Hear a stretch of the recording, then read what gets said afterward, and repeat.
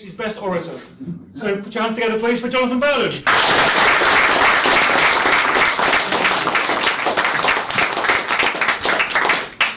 Well, thanks very much for those warm words of introduction.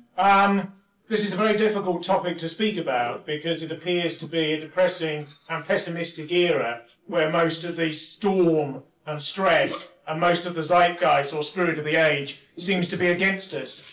There's also a preponderance for people on the right, politically, to have metaphysically conservative views, which means they're often pessimistic, they're often loyal to Spencer's idea in the sort of 1920s and 1930s that optimism is a form of cowardice. And in relation to that sort of idea, the notion that one should be optimistic about the future is difficult to sustain. But given that the past speech was rather sort of statistical and slightly morbid in tone, my job is to not put a reverse spin on it, but at least to attempt to generate some optimistic energy. Now, there are more of us than ever before, but it's always a question of quality as against quantity in this life. Because I think what I'm going to propose is that instead of looking at demographic and quantity-based analyses, quantitative ways of looking at things, let's look at qualitative ways of looking at things. Let's look at quality. Let's look at elitism. Let's look at the fact that all groups need a vanguard. I remember once a Times journalist asked me a very long time ago in relation to an event called the Le Pen Dinner, which is now 20 years old and more. He said, "What's your view of all this stuff about revisionism?" he said to me. This was in the hotel in Knightsbridge, Kensington, where Le Pen and his guests were situated. He said, "What's your view of all that? Is it all true? Or contrariwise, is it all false?" And I said, thinking of some famous murder trial of the time, I use the example of the Wests, Frederick and Rosemary now, but of course this particular discussion predated that.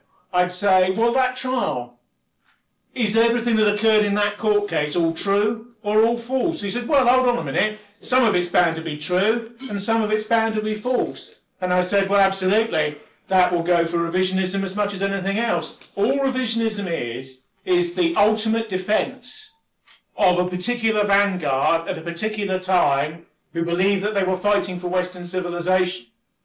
All elites and vanguard minorities is the radical consciousness of their own group.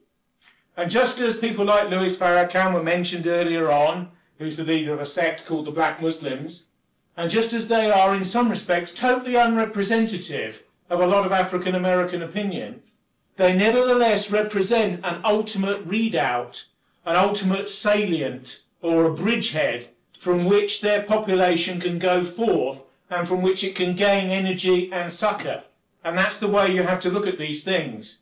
People need ultimate resources. They need absolutists and they need semi-fundamentalists who will stand up for them, at least in a conceptual way, even if they can't stand up for themselves, don't want to, or wouldn't even know how to. And the point of radicals, particularly radicals who deal with the politics of identity, in any shape or form, is to provide that elite, is to provide that vanguard. You all know in the technology of a bullet, that a bullet is very significant in the impact it can have on a wall, or a piece of wood, or perforce the human body. But if a bullet is perforated at the top, or has mercury injected into the top and is sealed in again, it becomes a far more devastating weapon. It becomes what's known as a dum-dum bullet. Now, if a vanguard is to have the effect of such retreated bullets, so that conceptually and actuarially the energy and vigour of debate is transformed by the use of such a vanguard and its terminology, it has to be aware of where it's coming from, what its tradition is, where it's going to, and what it represents at a particular time. Just because most of the politics of this era seems to be running well and truly against us does not mean that the situation is hopeless, because situations are never hopeless. Groups that have been done down or perceive that they've been done down by history have undergone worse traumas than we are undergoing at the present time. The danger of the ideology of the victim, which I don't really subscribe to, except as a tactic on occasion, is that you begin to think like a victim and you begin to act like a victim.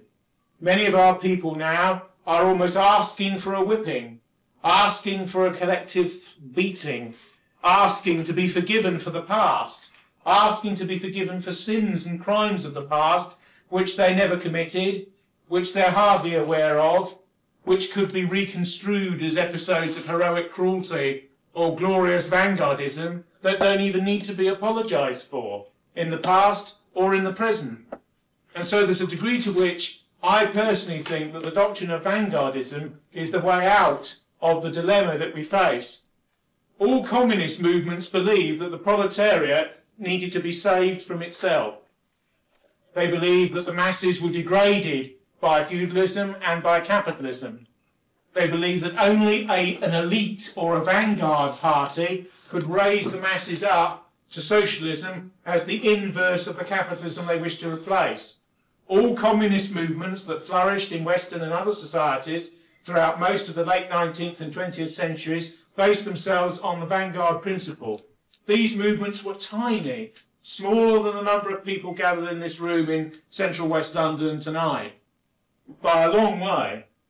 When people include, I've got a book about literature at the moment on my desk, and in order to tabulate historical reliefs for literary points, they give the listing of events in particular years. And in one particular year, I'm not sure, it might be 1912, it talks about the Bolshevik and Menshevik split. It may have been in that year, it may have been in another year. That split happened in London. It happened in a pub in London. And all Bolsheviki and Mensheviki means is majority and minority. And there was a split between the two of them. And you can imagine them all with their beards and so on, haranguing each other and debating about whether there should be an instantaneous rising in Russia or whether they should wait for historical process to take its course, because Russia was not yet a capitalist society with a bourgeois class that could be overthrown, and so on. The majority of Londoners, even from the ethnic groups that a significant proportion of those communists were drawn from, would regard all of that as idiocy and lunacy, just as the bulk of white people today regard a significant amount of what we say as lunacy. All people who have a vanguard and elitist mentality are regarded as partly mad by their own groups, because the majority of people do not want to know. The majority of people wish to live their own life in their own way, and they only look at these broader questions when life impinges upon them and comes upon them, and the hand of life grasps them by the collar, and they really cannot do any other thing but notice what is in front of them. Many of the reasons our people do not seem to have a sense of solidarity amongst themselves in relation to the degree that some of the groups could be said to have is because a significant number of them have never been kicked, have never felt what it is as a group to be disprivileged in a society. Unfortunately, in certain areas of British and continental life now, and North American life, that process for some, and certainly not at the top or at the middle of the society, is beginning. They're beginning to realise what it's like to be a minority, or what it's like to be culturally disprivileged, or what it's like to be dispossessed, in a way. Now, that spirit will grow, but it will only feed into consciousness in a number of select minds, because the bulk of people are not drawn to be in a vanguard formulation. People will only listen to a vanguard when they are desperate. They will only listen to a vanguard when they think there is no other hope. They would love many of the problems of contemporary Britain, many which revolve around the processes of immigration, to be solved. But they would love to have nothing to do with it themselves, and they would love that somebody came forward magically, without trouble and without fuss, to deal with it on their behalf. They want no unpleasantness, and they want no nastiness, particularly in their own name, but at the same time, if somebody does things of any sort that could be ascribed to that, they would run away and hide initially, be privately pleased, condemn the people who did it, support the people who were against them, and yet at the same time have a secret smirk and smile on their face about the whole thing, and they would do all of that simultaneously. And that's what people are like, and that's what our own people are like up to a point, and that's the funk and the state of internal confusion and bemusement that our people are in.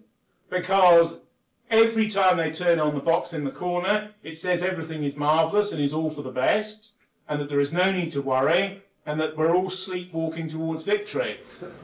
I read 1984 again recently, so a good quarter of a century since I read that book. And it's a remarkably prescient work in every sense. Of course, it's a social democrat's criticism of Stalinist authoritarianism. But in actual fact, Orwell's idea that everyone polices their thoughts before they speak, they even police the idea of their thoughts before they speak, is very germane to the present hour.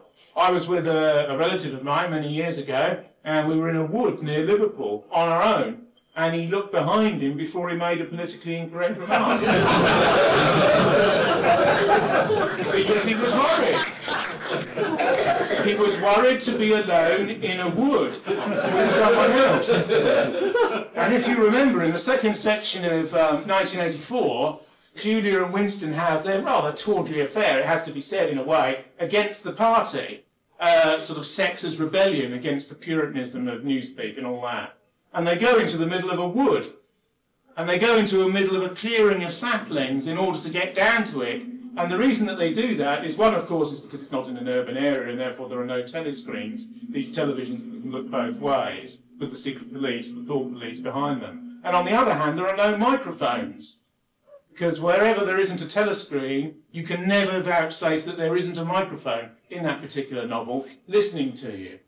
And people are policed now by political correctness, which they adhere to, and which they go along with, and which they profess to love, whilst at the same time hating and despising, looking over their shoulder as they refute it and rebut it in the context of their own life. Because that's what the majority is always like. The majority is confused and inane, and believes in the last thing that's ever said to them. Of course, in all societies you have a hierarchy of knowledge and understanding. Probably about 40% of people are quite politically proficient, know what's what, vote to a certain degree, have a cynical regard for the system as it is, at least are compos mentis about the sort of culture and society they're living in. But a good 60% are not. There's a famous story about a Labour member of Parliament who went to a constituent's door. He was Dennis Potter, the playwright, that later emerged on the BBC. And he was a Labour candidate in his earlier vintage. And he'd knock on the door, and the woman and the husband would come to the door, and the woman would say, well, what are you going to do about immigration then? As a Labour candidate, as our candidate, as the candidate who'll speak to the truth to us, unlike the Tories. Now understanding, of course, that Labour is a centre-left party that believes in mass migration as a doctrine of law and morality, and whose Nationality Act of 1948 began the modern-day process of complete societal transformation, because, as Attlee said at the time, if the races of this world are mixed together, there will be no more war. And that is an ideology which many of the old Labourites believed in, body and soul, from the anti-colonial movement from which they came. But the bulk of Labour voters thought that Labour stood for something quite different from that. They thought Labour stood for them, and for their family, and for their extended family, and people who weren't like the people who lived on the posher estate down the way, who voted for another party. That's what they thought. But Potter had to answer this woman and her husband as they stood before him. And he said, well, what do you mean? Labour is in favour of fairness for all. A politician's answer, of course, even on the doorstep. And she said, oh, but there's too many, and they're taking over the centre of town, and I don't feel safe anymore, and things have changed out of all recognition. And some of what that chap Enoch Powell says, I don't like him because he's a Tory, but at the same time, it's got some truth to it. And all the time, Potter was wanting to reply. He was wanting to reply that you're a bigot, I don't want your vote, I don't want it even if you're prepared to give it to me under other circumstances where you said you repudiated what you just said. And all the time, his agent was kicking him, was kicking in the back of his heels to say, come on, there's plenty of other doors, there's plenty more to do, Dennis, there's plenty to get the sort of the red ribbon vote out. Let's leave them to themselves. They'll probably vote Labour anyway, as indeed they will. And he kept kicking him and so on, and in the end Potter said, Labour's in fairness of all, But of course, we'll listen to your concerns, madam. We'll listen to your concerns. And as he was turning away from the agent said, and what'll it be then? To the husband, who'd obviously not really got a word in beforehand. And the husband said, oh yeah, we'll vote Labour as normal, because you listen to what we say. And that is, and they're not alone, because there's millions like that, millions and millions like that. The politicians will sort it out, politicians left to themselves will do something to make sure that things won't get as bad as they could be. The other thing you often hear about is death. People say, it's not going to happen while I'm around, therefore I don't need to bother about it. I've heard lots of people say to me, oh, it's all 40 to 50 years off. Who knows what will happen? I can't do anything, you can't do anything, so what's the point? In any case, I'll be dead by then anyway, or gaga, or very elderly, and so on. You hear that again and again. Because, of course, what you have in modern Western societies is the extreme powerlessness of the individual. The individual, apart from it maybe in consumption and expenditure of cash, the average individual feels totally cut off from the external society. It's what I call deep privatisation. Privatisation in the 1980s and the 1990s meant the disbursement of public utilities and was a sort of Thatcherite and neoliberal ideology. But privatisation has actually gone much deeper than that. It's the view that each is out for himself, and society hardly exists beyond the confines of one's own family, one's own extended family, and people that one happens to know.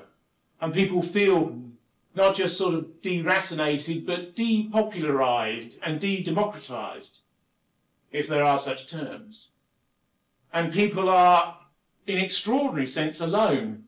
Alone with the television, alone with the telescreen, which when they flick from channel to channel, tells them all the time that everything is perfect, and there are only nasty-minded people who will stir things up as vanguards and various forms of extremism. Extremism, of course, is something always to be rejected. But I think extremism is necessary. I think it's socially and mathematically necessary, because there has to be a logic to the logic of logic. There has to be something which takes the argument out to the furthest point on the circle. In maths, if you have a curve, you have a line that penetrates it at the furthest extent. And I believe that there has to be a logic that, in the realms of sanity and within the realms of what's possible, bisects the line at the most radical point. And that's what the people in this room are. That's what vanguard forms of identity amount to. They are the most radical manifestation of the implicit sense of becoming and belonging and identitarian man and womanhood of the ordinary people in one's own group. And you have to manifest that, and you have to represent it. And only by doing so can you have a certain effect, because you do have an effect by virtue of existing. There are many other groups on this planet who always ask a question when anything happens: is it good for us? Is it good for us, or is it bad for the others? But most people think, actually, is it good for us? Far more people, even of a more vanguard or elitist temperament, are prone to say, is it good for us, rather than is it bad for the others? Because contrary to liberals, who always think that positions of identity are based on the idea of doing others down, principles of identity are usually based on boosting, or to use an ugly contemporary phrase, bigging up one's own group. People actually think more positively about themselves than they do before they get into negativity about others, contrary to the view that politics of identity is all about negativity towards others. And as long as you can suppress that through political correctness, everyone can live happily in a multi-cult, a multi-identity firmament, or melting pot. I think the point to make about vanguardism is whenever anything happens, people in other groups, and people in other vanguards, and liberal humanists in our own group, because the previous speaker said quite truthfully that it is indigenous liberals who are our real enemy. Indigenous liberals are always the enemy. Liberalism within ourselves is always the enemy. It exists even in people who regard themselves as radical to a certain extent. We've had liberalism in an uninterrupted way for centuries. Russia's never known a liberal regime. And whether one likes it or not, the politics of contemporary Russia have a lot to do with the fact that they've never known a period of liberalism. You could argue that since the restoration of the monarchy in the 1600s, we've known nothing but various forms of liberalism, most of which linked to various elements of the Protestant religion during that time. But until about the 1950s or 60s, most forms of Protestantism retained residual, illiberal and patriotic ideas, as for a period they did in a very sectarian way in Northern Ireland. So all views have their liberal side. Even hardliners have their liberal side, which they have to guard against, and guard against chipping away at them. Liberalism also feeds on indifference, and indifference to the future, and indifference to the generations that are coming in the future. But Vanguardism is something different, because it lives for the virility of what might be in the future. And make no bones about it, what Vanguard Caucasians think about their future is watched and is listened to by liberals and by all the other groups. So the idea that what we do and what we say and what we think has no relevance or no purport is not true. What is true is that competition between groups is part of the stuff of life. And the contemporary society is based upon the formulation that that is not the case. And because it is the case, nature will trump all of the liberal arguments. The problem is that if it doesn't take a political form, nature's trumping of liberalism will be a very painful process to live through. A very painful process for ourselves, for everybody, and for all other persons in other groups. That is why we have to continue with putting forward, cussively, the politics of identity from our own standpoint. Let's take something in the news at the moment. There's a large cranking up and there's a building up of energy for an attack on Iran. At the moment, it appears to be small. It appears to be a cloud, smaller than a man's hand. The United Nations has reported that Iran is building a nuclear weapon. The United Nations has reported that their nuclear technology is of dual use, but all nuclear technology is of dual use. When we developed a nuclear weapon, the Americans were staunchly opposed to us possessing it, because they wished to live in a unipolar world where only one power had that particular device. Of course, all other major nations were working on these devices. I believe 34 other countries are developing some sort of nuclear program at the present time, including Saudi Arabia, because they fear that Iran is doing so nearby. But let's look at it another way. Is it in our interest that Iran is attacked? Is it in our interest that Iran is attacked? And the answer has to be that it's not in our interest. And it's not in our interest because they're not natural friends of ours, not natural enemies of ours. They exist in a different part of the world. They exist in a post-imperial situation now. We do not wish to be dragged willy-nilly into yet further wars after Iraq and Afghanistan at America's and Israel's behest.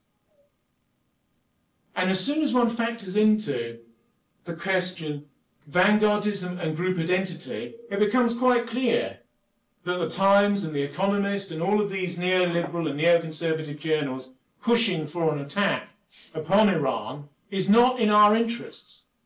And other groups configure what goes on in the world directly as whether it's in their interest or not.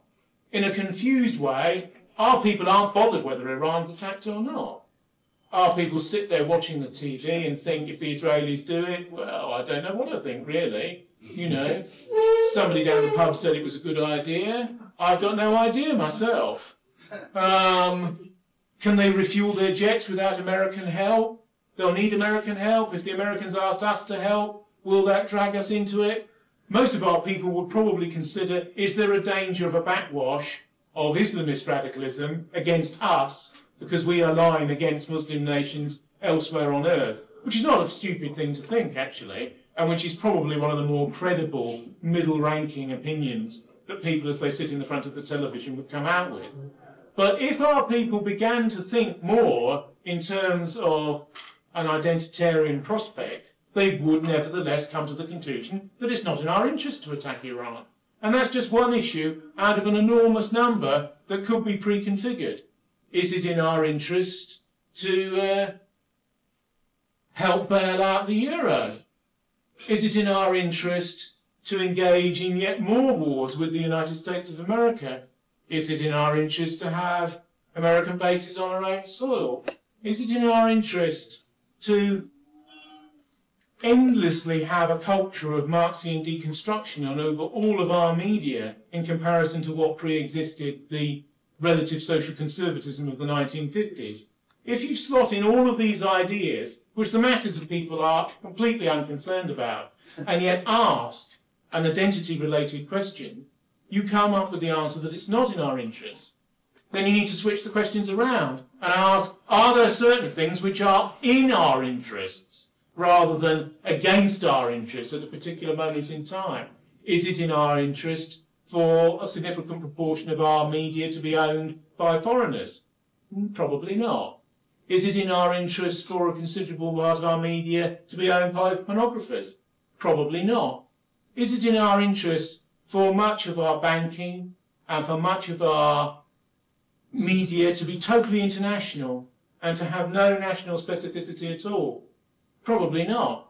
Is it in our interests that so many of our politicians are part of a jet-set, international and humanist class that sees Britain as a puddle to their own self and corporate advancement? No, it's not. As soon as you factor into all of these questions, vanguard and elitist propositions on behalf of a group, you come up with an interconnected series of answers about what's in your interest and what's not. When Tony Blair went to war over Iraq, he said it was in our interests to hug America close. And he was part of an ideology called Hug Them Close.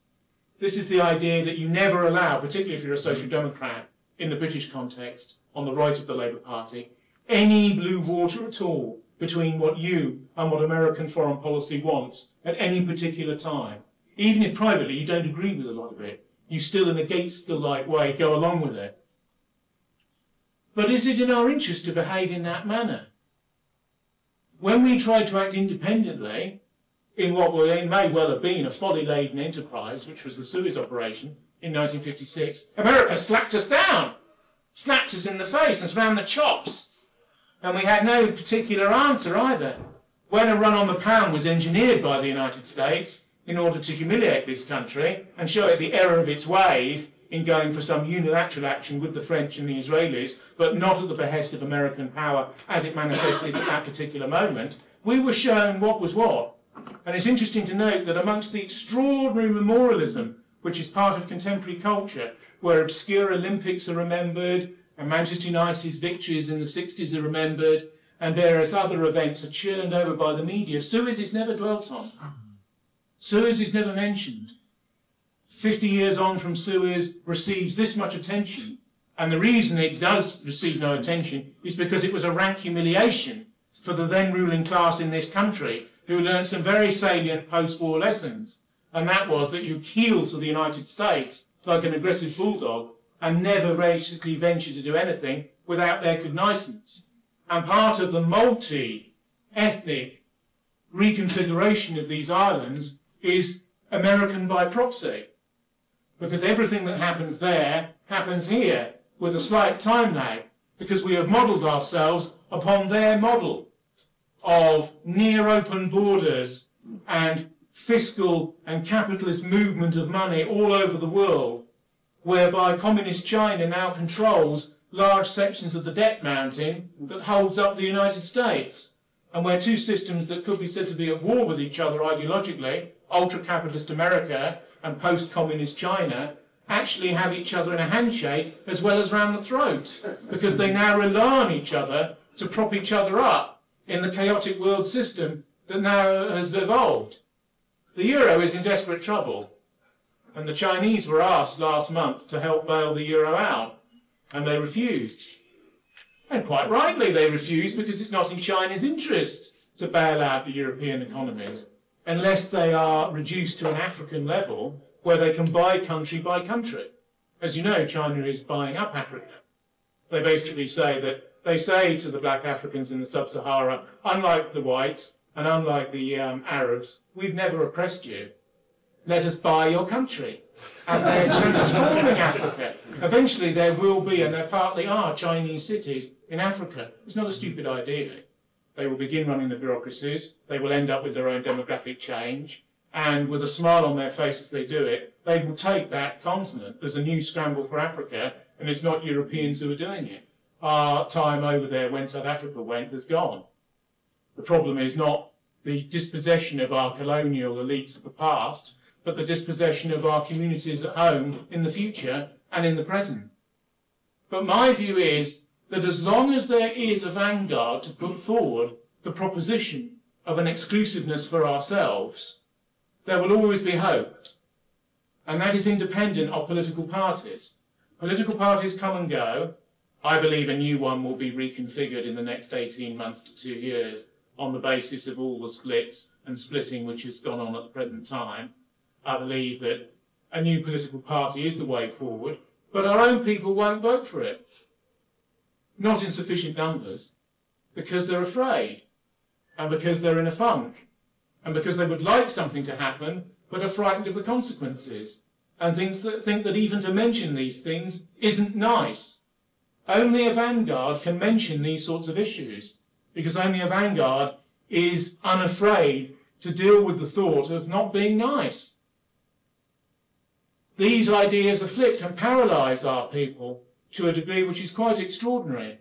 Probably, viewed systematically, more pressure has to be put for there to be more of a radical response. Such pressure is always possible. Economic collapse is always possible. New wars and disturbances are always possible. But one thing we may have to get used to is the idea that as a group and as an ethnicity, we exist in Europe and North America and Australasia and also all over the world. There are plenty of other groups who see themselves as transnational groups, who see their destiny all over the world. They see their destiny in vanguard terms. They see their destiny as having a core group within their own selves that can come back from anything, genetically and in other ways. Not only do they ask the question when it is asked of them, is it good for me or is it bad for me or my group, they also are prepared to cleave to their own group in times of trouble. Certain ethnicities have preserved themselves 67% genetically and more since the ancient world. And they've done so by a culture of coherence and identity which crosses national borders and which understands that if a group is to survive, it may need to adopt some radical measures which involve rolling with the blows. English and British people exist all over the world. We exist all over the world, all over Europe, all over North America, all over Australasia, in quite a few of the countries of Latin America, in most of the ex-colonies. English is the language of the world. It's the lingua franca of modernity or post-modernity. We have given the world a great lot, and this is just to refract our own identity through the national consciousness of one particular people who are actually a part of it. So I think the worst thing that can be uttered at this time is despair. Because there are more than enough of us to provide the vanguard which is necessary. The trick is to link the vanguard to the popular will, and to find a way to link the vanguard to the popular will. So far, organisationally, in the post-Second World War world, there has been a failure to link the vanguard to the popular will. And that has occurred in all the societies of Western and Central Europe, and has occurred even in the post-communist Eastern European societies, where it did appear that such a thing was on the cards immediately after communism collapsed. It's also true to say that communism inoculated these populations against the worst and the most noxious forms of liberalism. The new right thinker Tomislav Stunic, who lived under communism and was imprisoned by it in Croatia with other members of his family, once said that communism rots the body, but liberalism rots the soul. And there's a strong degree of truth to that remark, because liberalism attacks on the internal front, on the front of values and identity. It's why the majority of our people refute their vanguardistic yearnings and callings. Most people particularly teenage boys, have a sort of yearning for Vanguardism when they're early in life. And then they forget it as they get older, and it becomes smeared and smudged over by various forms of liberal orthodoxy. They start either not voting, or they vote for one of the prescribed parties, Conservative and Unionist, Liberal Democrat, Labour. As long as you remain in that area, you're pretty safe in this country, job-wise, career-wise, matrimonially-wise, in terms of reputation, in terms of bourgeois reputation in particular. If you step outside of those boundaries, and it's quite a wide boundary, liberals would say, look, we've given you as wide a space as almost anywhere in the world where you can cavort and make hay and make political pronouncements. Why do you need to go outside that? Why do you need to go out into these extremist and unheralded furrows and sort of support things which are countercultural and anti-system? And the reason that one would choose to do so is because they're not in the interests of the group from which one originates. That's the only reason that one would choose to do so. The only reason for Vanguardism is for the elite to protect the mass and seek to bring it forward in history, because the mass can never act for itself. In Orwell's novel, 1984, which I mentioned at the end, Winston and Julia fail in their rebellion, feeble though it was, against the all-powerful party, and Orwell wants them to be seen to fail at the end of the novel. But hope lies in the proles, if you remember. Hope lies in the landlady, in the thick-set woman with the laundry basket who's singing a song. It was only a hopeless fancy. Do you remember that? It was only a hopeless fancy. As she puts the diapers on the line, she's singing It Was Only a Hopeless Fancy, which is a prole feed song given to them by the Ministry of Propaganda in that particular society. My view is that the future always lies with the elite, not with the mass. The future lies with those that will mould the mass and that will prepare for its energisation when a moment comes. That's why my message is one not of despair, but of hope for the future. Because as long as indigenous, nationally conscious, ethnically aware, racially aware, inegalitarian, elitist, and other values and views are put forward in a coherent way, in a sane way, and in an educated way, because that's what people expect views to be put forward in such a way. As long as that happens, there is always hope for the future, because people will align in extremis with their own defence mechanism, and they will align with the people who have put forward the defensive barrister's case, which can become offensive as well as defensive in a particular political and social moment. My view is that as long as there is a continuous effort to put forward the elitist agenda of our own group, in the sense that a proportion of people are prepared to place upon their own shoulders the burden of the moral leadership of their own group. That's what the black Muslims do.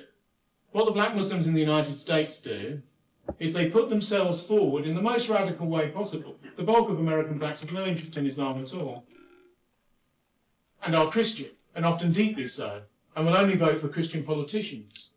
Yet their most radical vanguard group has adopted Islam, and they've done so because in their own way of looking at things, they consider it to be a less white, a less Western formulation, which is more in keeping with their own sense of their own self, their own strength, their own determinacy.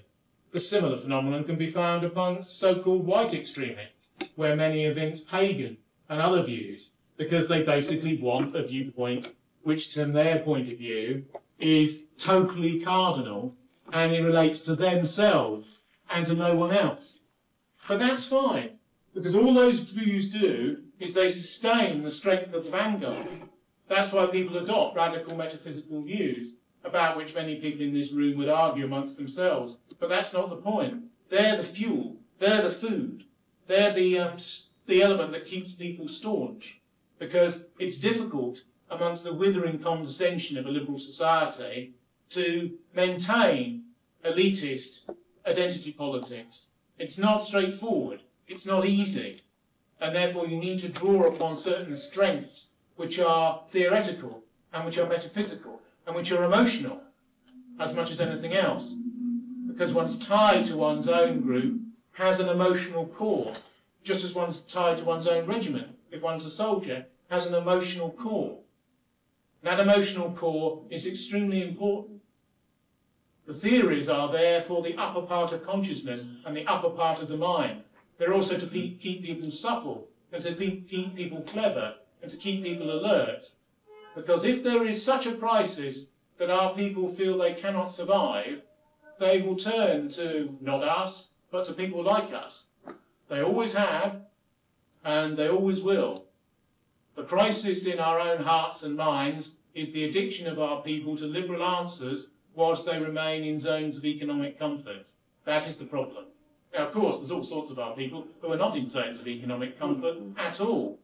But the problem is that many of them are so degraded by the consequences of life and exist day to day, they have no concern with more general and with more theoretical and with sociological changes. They're concerned with this, this luncheon voucher, this meal tomorrow, this visit to the NHS. They're concerned with what is fundamentally before them at any particular time. The people who always want in a society are the ones who have something to lose, and the ones who are feeling that they're losing it. This enormous middle that extends from the middle of the middle class to the middle of the working class, essentially, the heart of the society. Those are the people who have enough of a state that they're frightened to lose it. At the moment, they cleave to liberalism, because they feel things are not irretrievably and atrociously so bad that they need to call upon elites or vanguards or forms of identity politics to save them. It's our job to keep pushing the message that they need to turn to their more radical proponents in order to be saved. And all that really can be done at this time is to continue to push that message. Organisations will come and go, but ideas remain, if not eternal, then semi-eternal. And all that we have to do is to keep pushing the message of our own self-belief, of our own form of identity, of our own unique position in history, of our own unique cultural achievements, of the barriers that exist to our own advancement, which are in ourselves. Although individuals could be harmed by other groups, the real cause of harm to ourselves is ourselves.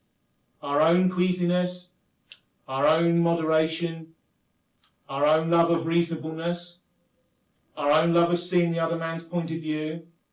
All the political correctness is, in some respects, is a growing out of Protestant/liberal apologetics, that we want to hear the other man's point of view, that we don't wish to be rude, that we don't wish to be unfair, that we don't wish to be insulting. And these things have been erected into a big engine, into a big destructive virus that can be used against us to such a degree now that people fear. People fear opening their own mouths. Everything can be said. Everything can be said, but it can only be said at an abstract and intellectual level. Because if you say things at a more guttural or a more primal or a more unindividuated level, you'll be arrested immediately under all of the acts which have been passed. If you put things at a high enough level, if you put them at the level of a university right-wing seminar, basically, no one can touch you. No one can touch you on earth, irrespective of all the laws that have been passed. The only exception will be some of the revisionist legislation in Europe in relation to particular statements, and that applies just to certain European nation states and not others. But broadly speaking, you cannot be touched. But this means you're talking at an abstract level that alienates you even further from the masses, and which is done deliberately for that effect. But also, remember that everyone knows that what you're saying. Everyone knows what is being said, because things are digested at different levels, and people absorb things sensually, intellectually, emotionally, psychologically, through the hand, through the heart, through the eye, through the fist. They sense it and hear it at different levels. And everybody understands what is being said, even if it's implicit. Ours is an implicit group.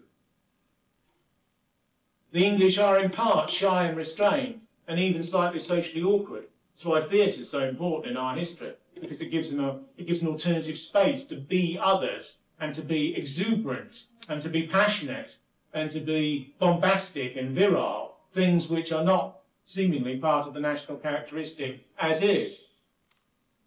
But everyone understands what is being said. Everyone understands what is happening in this society. Everyone understands the transformation which is being wrought.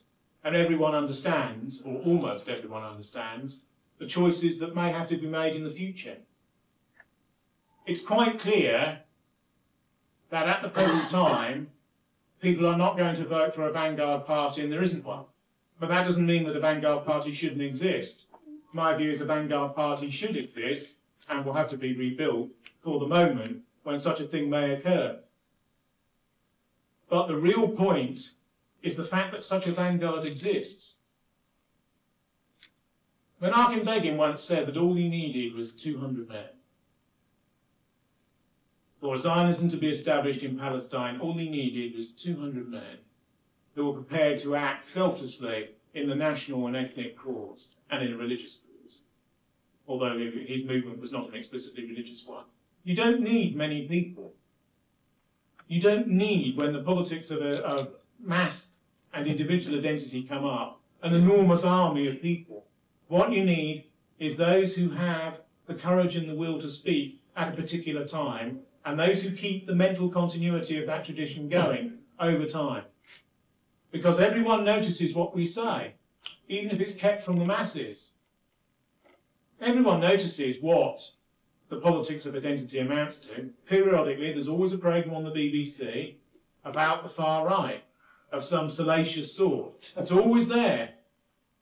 It needs to be there. It's a compulsive need. Why does it need to be there? Because liberals need to scratch. They need to find their opposite half. They need to find their other side, their shadow, their darkness. They need to stare into the pit of darkness. That's what they need. They're in love with this sinister other side that they project onto. In Freudian psychoanalysis, there's the idea of projection.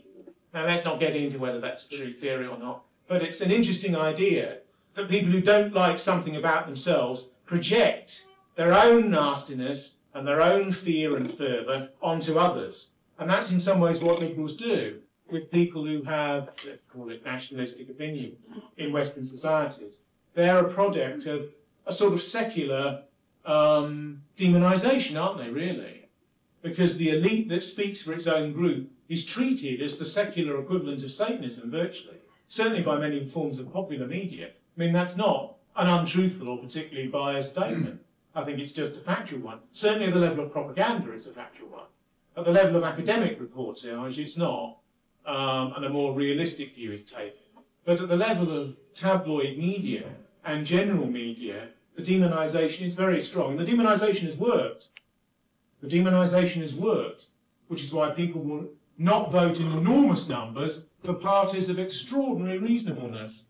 All of the populist parties have fallen over themselves to be as moderate and as acclimatising as possible in this era.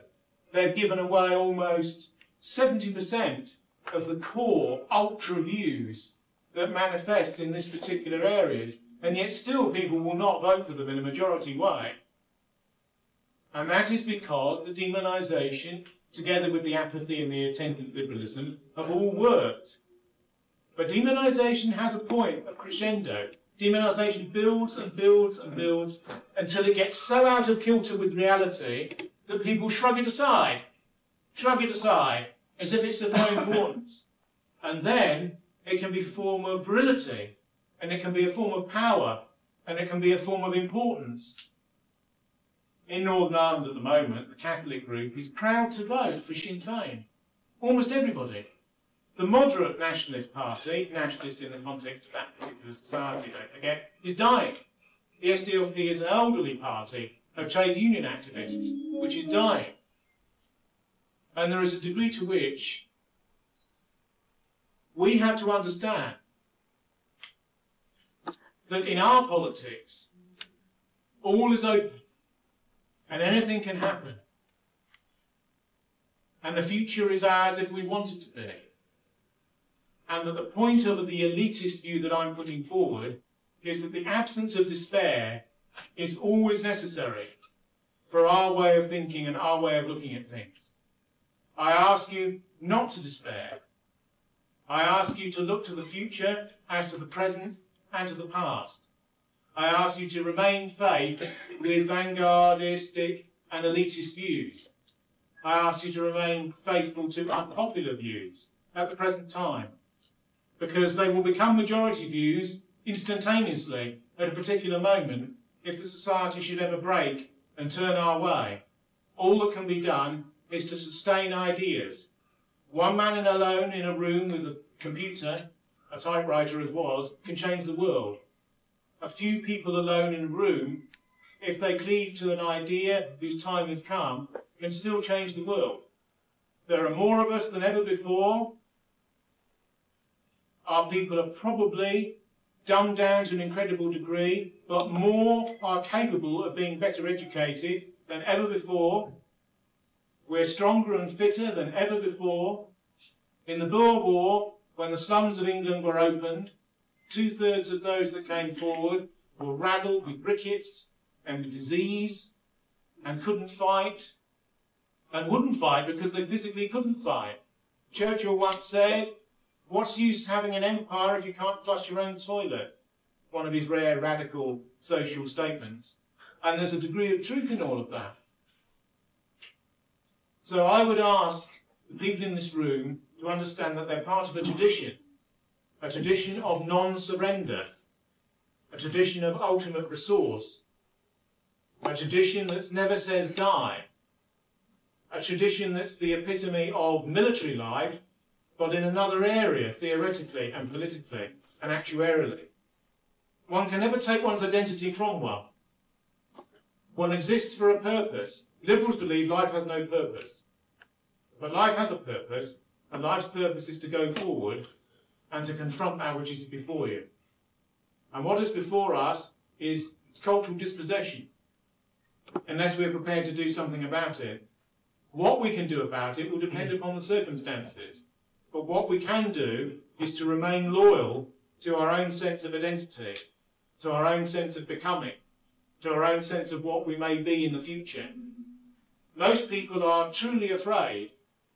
They are afraid to open their own mouths in relation to any of these issues. We must not be. We must understand that that degree of fear needs to be conquered in ourselves, as it will be conquered in others. Only when the time comes will we be looked to, if we remain loyal to our vision of ourselves. We know who we are. We don't know yet where we are going, but we will always exist. And we must always maximise the maximum potential of our existence. There's a book on the side of this room called March of the Titans, which in its way hopes to adumbrate all that we have achieved. Our quadrant of mankind has achieved an enormous amount through elite individuals who replicate back onto the majority the success of their own group, in architecture, in law, in art, in scholasticism, in morals, in economics, in military affairs, in technology, elsewhere. But also in political leadership, also in military courage, also in vanguardism and elitism. The present political class has betrayed us. But that doesn't mean that political classes can be done away with. It just means they need to be replaced with people who are better and stronger and more willful and more in tune with the internal vibrations and sense of solemnity of their own group. I ask you to put your hands together for Britain, for Europe, for Indo-European civilization, for our notion of ourselves, and for an undying and unquenchable fire that can never be put out because it never knows what it is to be extinguished. Thank you very much.